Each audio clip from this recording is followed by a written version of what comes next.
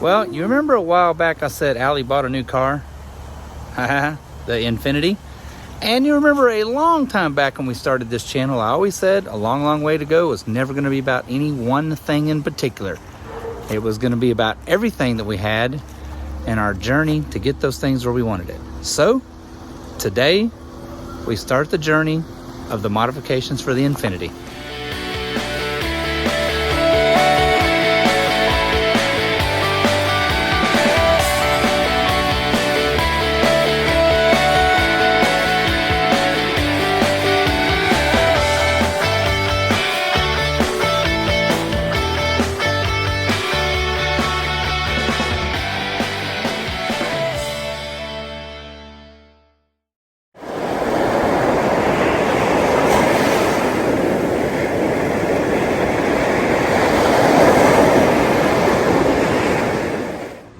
And well, there it is, Allie's ride, an Infinity Q50.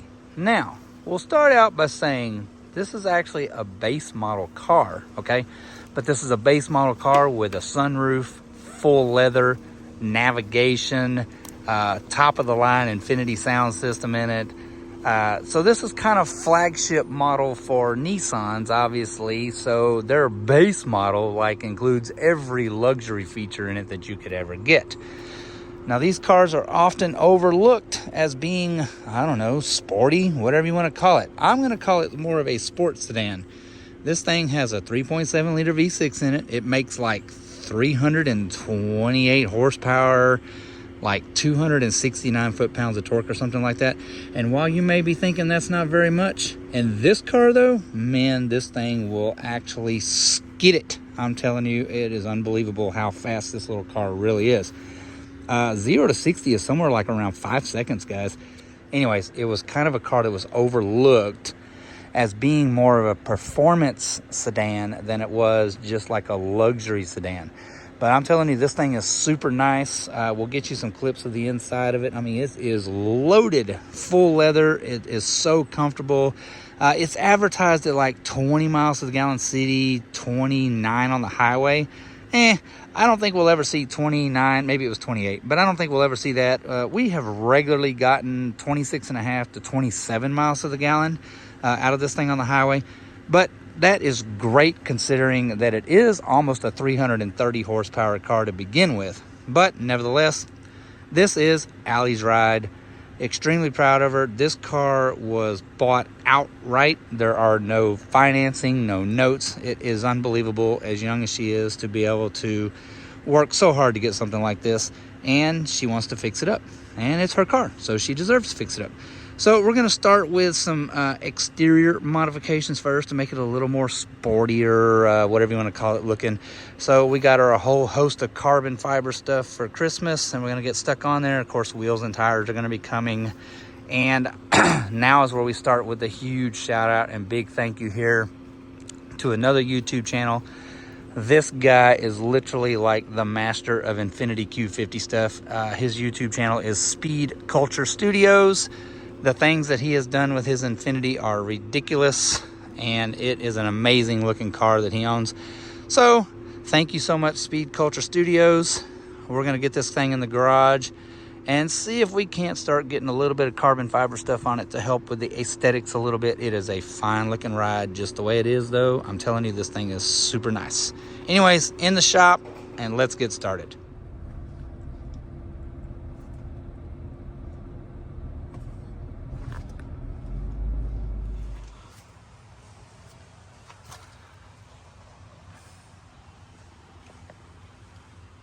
Well, the biggest first challenge on these cars is they are so darn low, it is really hard to jack them up. So anyway, we got it jacked up. We got some jack stands under there. Don't mind the jack. There's stands underneath there. Anyway, they are so low to begin with. It's unbelievable that they actually sell lowering springs for these. I know. I'm telling you, it's so low. Anyway, the first thing we're going to do is just a chin lip spoiler for the front. No, that is not no $1,000 carbon fiber lip splitter for the front because the car is so darn low. Man, I can't believe you could even run carbon fiber on the front of these. But anyways, this is made by I don't know. How did we decide to pronounce it? Ninte? Ninte. I'll put the name here somewhere. I don't know. Anyways, I think it's Ninte. You know, again, it's not no $1,000 carbon fiber spoiler. It does really look like polished carbon fiber, though. It looks really nice, actually. You know, it's just made out of ABS plastic. But it is a bit of a challenge, obviously, because it is ABS plastic, to get them to fit correctly, but just because of variations in the bumper covers and stuff here. So it's going to be a lot of test fitting, trial fitting, I'm scooting over here, sorry. Trying to get everything to fit right. This is the 3-piece one, so it does come apart right here like this. But anyway, it's going to be something along these lines. It actually fits halfway decent, kind of, sort of. We've kind of mocked it up here a little bit right here. And what we're doing underneath is, and I'll show you, we'll get underneath there and I'll show you. But what we did was we started fitting it kind of back here from the back corner. You can see how much of a gap there is. So we had to kind of spin it around and get it where it's close there. But then the problem is it wants to pull the front out. So then we have to kind of shove it back and make all that stuff line back up. Again, everything is ABS plastic. It all has some warpage and stuff to it. So we're going to make it fit, obviously. It's just what we do here. But if you look underneath the bumper cover here, where it's very dirty, this outside hole right here actually lines up really well with the pre-made hole in the spoiler right here. So that's going to be our starting point, because it does fit, sorry, it does fit rather well right in here. It's once we get out here to the rest of the curb that it doesn't want to match up quite as nice as we'd like. So probably what we'll do, since it is very, very flexible, all this stuff. So probably what we're going to do is we're just going to start from the corner. We're going to match it up with a lot of double-sided tape and some screws. And we'll just start flexing it in there, and we'll get it to fit right all the way across it. I don't think it's going to be a big deal once we get going with it. It's just the starting point that makes it so hard. But as you can see, we have a lot of cleaning up to do here. A lot of road grime, grease, and dirt and stuff. We'll get all that cleaned off of there. Also, what we're going to do is, and I'm going to try to do this one-handed as well here. Hold on, give me just 1 second. Once we get it positioned up here, kind of where we want it, like so. Yeah, right there. Once we get it up there like that, what we're going to do is we're going to take a Sharpie, and we're just going to mark this backside edge, so we'll know exactly where it's going to land once we get underneath here and start cleaning everything. And we'll scuff it all down with like some 2000 grit, you know, to get some bonding area for the double-sided tape. So, and obviously with most all of these things that you buy like this, they never send nowhere near enough double-sided tape. There's no way that's enough to hold that thing. So we already skipped ahead of the game. We bought several rolls of 3M rather wide tape that we will put very, very a lot of it across there. We can get it real good and tacked up. And then once everything gets to good and warm and flexes with each other and gets all fitted in there, I believe it's going to fit pretty good. We'll see. They also send some screws with it. Obviously, the back side, well, you can see it from the front. There are some holes in it that they have indexed where the screws are going to go. I really don't think, probably what we're going to end up doing, I think also, is we're just going to lower the front air dam down so that we can reach up behind the bumper cover here. And we're probably going to end up using some flat washers and some regular nuts and bolts on all of this stuff that we can fit. So rather than just rely on a screw going through this plastic holding it, we're actually going to pinch it up to the plastic. And then once we reach up and then we get all that tight, and we can put the front, I guess it's a skid plate kind of sort of, just a plastic cover there to cover everything back up. But anyway, this is the start of it. We're going to start getting worked on it, getting it all cleaned up, and we're going to get this thing put in. It may take us all night. It's already getting dark. As I say with all of these, it's just a Saturday afternoon and a few basic hand tools, and 6 weeks later, we will probably have this on. So anyway, let's get started and see what we can see. Okay, so I'm laying on my back, but I'm going to try to show this as best I can. So it's a three-piece unit. So that's the right outside. This is the center piece, and then there's a left side piece that matches that. Okay, so what we did was we fit the first piece up here to where it kind of looked the best based on the outside of the edge of the bumper here. And I took a Sharpie and I marked it right here where the backside edge is going to go. Now the center section is matched up pretty well. It bumps right up basically against this lip. And what I've done is I've taken a Sharpie and I've marked all the pre-marked holes that they've already included to be mounted. So I just marked all those, and again, the very outside one just matches up right here with this hole. So what I've done is I've started taking, this is an ultra fine Scotch-Brite, not to be confused with the red colored ones, the maroon colored ones, which are very, very, very coarse. We don't want that. This one's very smooth and fine. And what I've started doing is, let me get some cleaner here. Bear with me, again, laying on my back. So I'm just using a little bit of spray cleaner, and actually it's Chem Tool, so be very careful with that also, okay? And make your own decisions before you do this. Don't follow my advice. We're using a little bit of spray cleaner, and we're just going to come through here, and we're going to start polishing all this road grime. And no, I'm not worried about the Sharpie. We're going to remark it. We're just going to start getting all this road grime cleaned off of here, where our double-sided tape is going to be matching up to the bottom side of the bumper. Okay.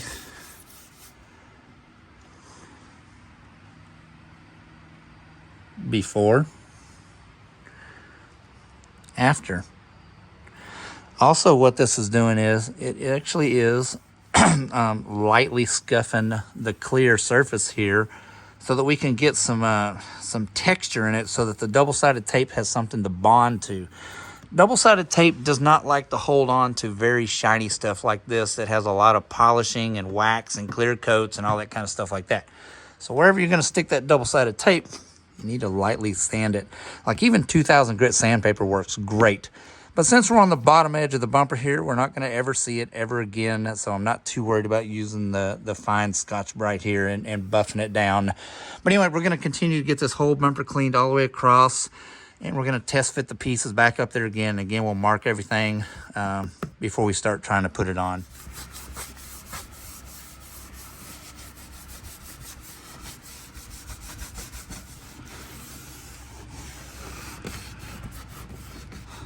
Okay, so this is the left front piece. Obviously, this is the wheel well right here. So this little hole right here lines up with the factory installed bolt, screw, whatever, that's in the bottom of the bumper cover already, stock.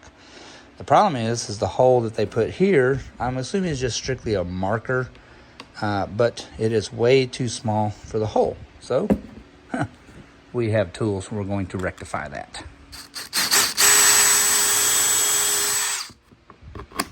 Just like that, 15/64. All right, so that's kind of the gist of how it's going to come out. It is not on there permanently. There's no double-sided tape on it. We just got a few screws kind of temporarily holding it up, trying to make it fit correctly. You know, I don't know. I mean, it's not too bad. Too bad. It actually fits pretty well, actually. Okay, so let me explain what we had to do, just so you'll know. Let me get back under here. Okay, so like I say, there's no double-sided tape on it at all right now. We just got some screws put in it temporarily, just regular like self-tapping screws. I'm trying to get everything fit up right. So this was the original line that I had marked. But once we got the center section in there and the other side to fit kind of sort of right, that side and this side now match better, but it's out further than what we had intended on it being. The plastic just doesn't fit very well. Okay, so what I had to do on our outside bolt hole here is I actually oblonged the hole that the factory, I'm sorry. I oblonged the hole that Ninte, or however you pronounce it, had put in here that was supposed to go to the factory bolt hole here. If I lined it up with the factory hole here, which is where this line was, it put all the rest of the center section in such a bind that, lights glaring here, it actually caused the whole spoiler to be like this. So what we started doing actually was and there's no instructions, guys. We actually kind of started working from the center out in each direction. So we know approximately where the center is right here based on the bow in it. And of course we know where the center of the car is. So we just kind of positioned that up there. Again, put 2 screws in it temporarily, no tape. And then we worked from there out, trying to make this side match that side as best we could. This is kind of the best we can get it. It looks okay, actually. I think other part of the problem is it's kind of cool, really and truly outside. So the plastic is not soft by no means. I think once we get it all attached with double-sided tape, get all the correct, we're going to take those little screws back out. Like I say, we're going to lower that front plastic down there, and we're going to actually put some washers and some regular nuts and bolts up there to really capture a lot of surface area. I think once we do that, we get it out in the sunshine, let everything get nice and warmed up, I think it's going to look pretty good, actually. It looks pretty sharp. It fits really well from side to side. Yeah, we'll see. I mean, it looks all right. Truth be told, though, honestly, we've already been working on it about an hour. just to try to get everything to fit, right? Because, I mean, once we put that tape on there and we stuck it, man, it's stuck. I don't want to have to try to peel all that back off just to get it to line back up again. So we wanted to make sure all our holes are basically registered in the bumper cover so we'll know exactly where to stick it back up and all that. But anyway, pretty good. I'll give it a thumbs up for right now. I mean, again, it's not no $1,000 carbon fiber lip splitter. So we're going to pull all that back down, get it all cleaned up again. We'll put our double-sided tape on, and we are going to make it permanent.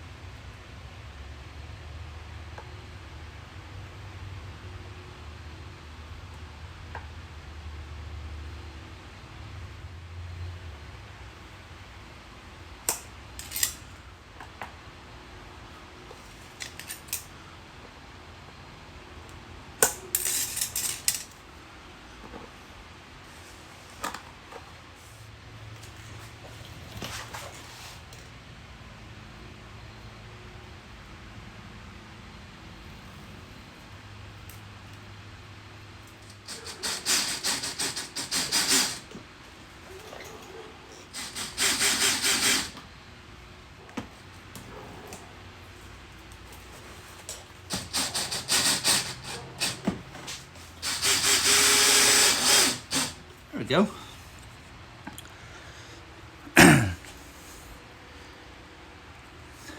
Not too bad now. So we got the double-sided tape on there, and we just put several screws in it around there for right now for temporarily till we get the whole thing mounted up. And then, like I say, we're going to drop that piece down, and we'll go back and we'll pull all those screws, and we're going to put some regular like some quarter or 5/16 or some kind of little threaded screw through there with some big like fender washers to get a lot of surface area to keep that thing flat. But it's actually starting to look better as we get it actually physically mounted up there rather than just kind of temporarily. But we're going to keep moving on. We know the orientation, those have to be in, and the outside edges have to be. So we'll go ahead and get those mounted up, and then we'll move on to the center.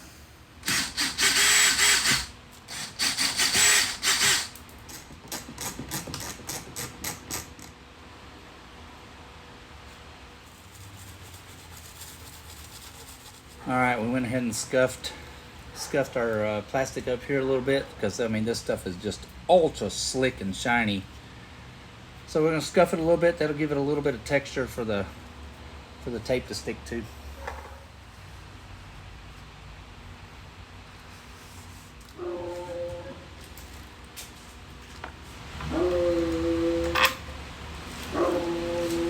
In case you ever wonder what it's like living with a bloodhound. Always barking.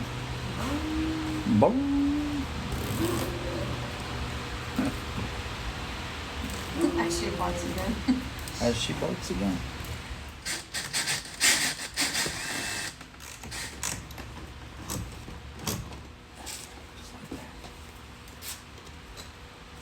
I'm still trying to figure out what I'm going to do about making this fit right.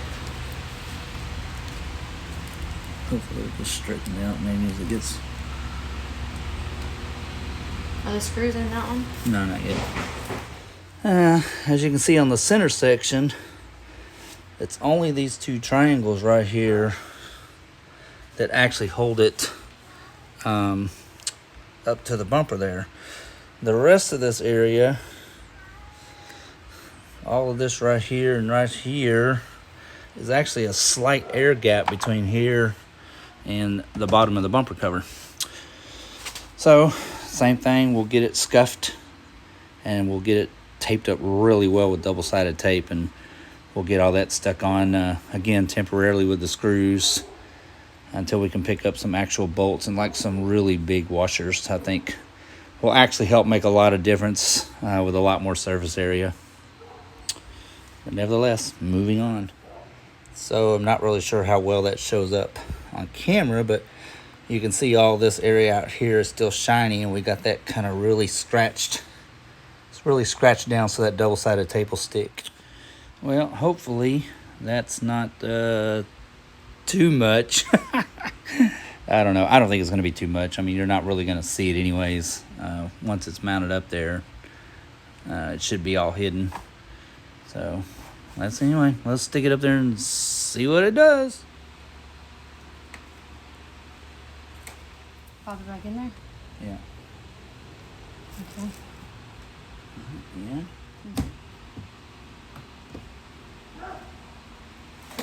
There we go.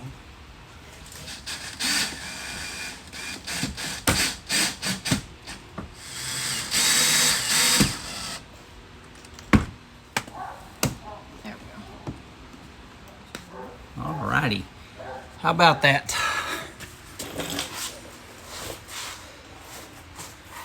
And just like that, through the power of YouTube, one faux carbon fiber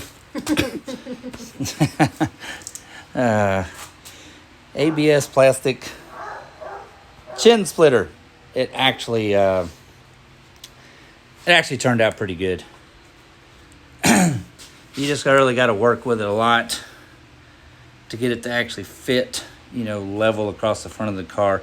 And like I say, I think once it gets hot, you know, I think it'll settle down some with the bumper.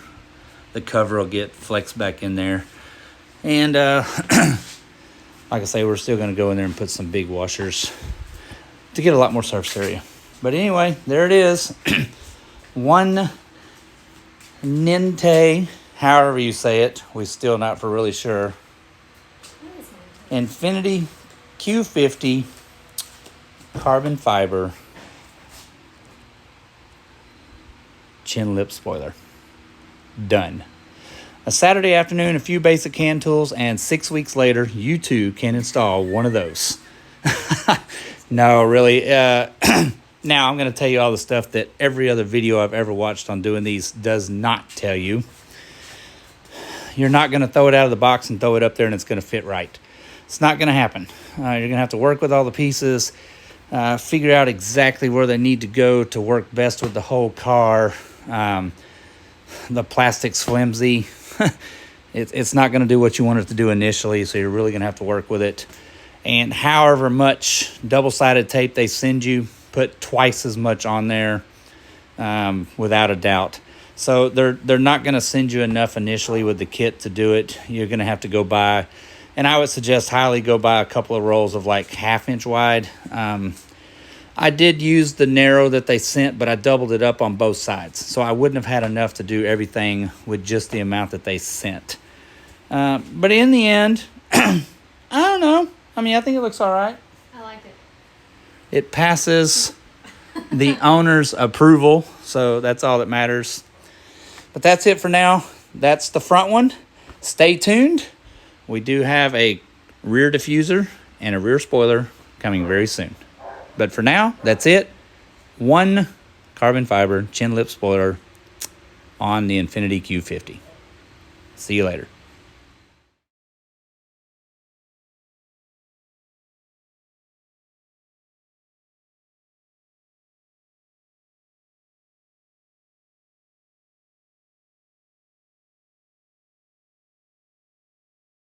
And now for the real superstars of the show. You guys, the subscribers. Thank you guys so much for giving us a little bit of your time, as it is invaluable to us, and we really do appreciate it, and we can never thank you enough for all the support that you have given to us here at A Long, Long Way to Go.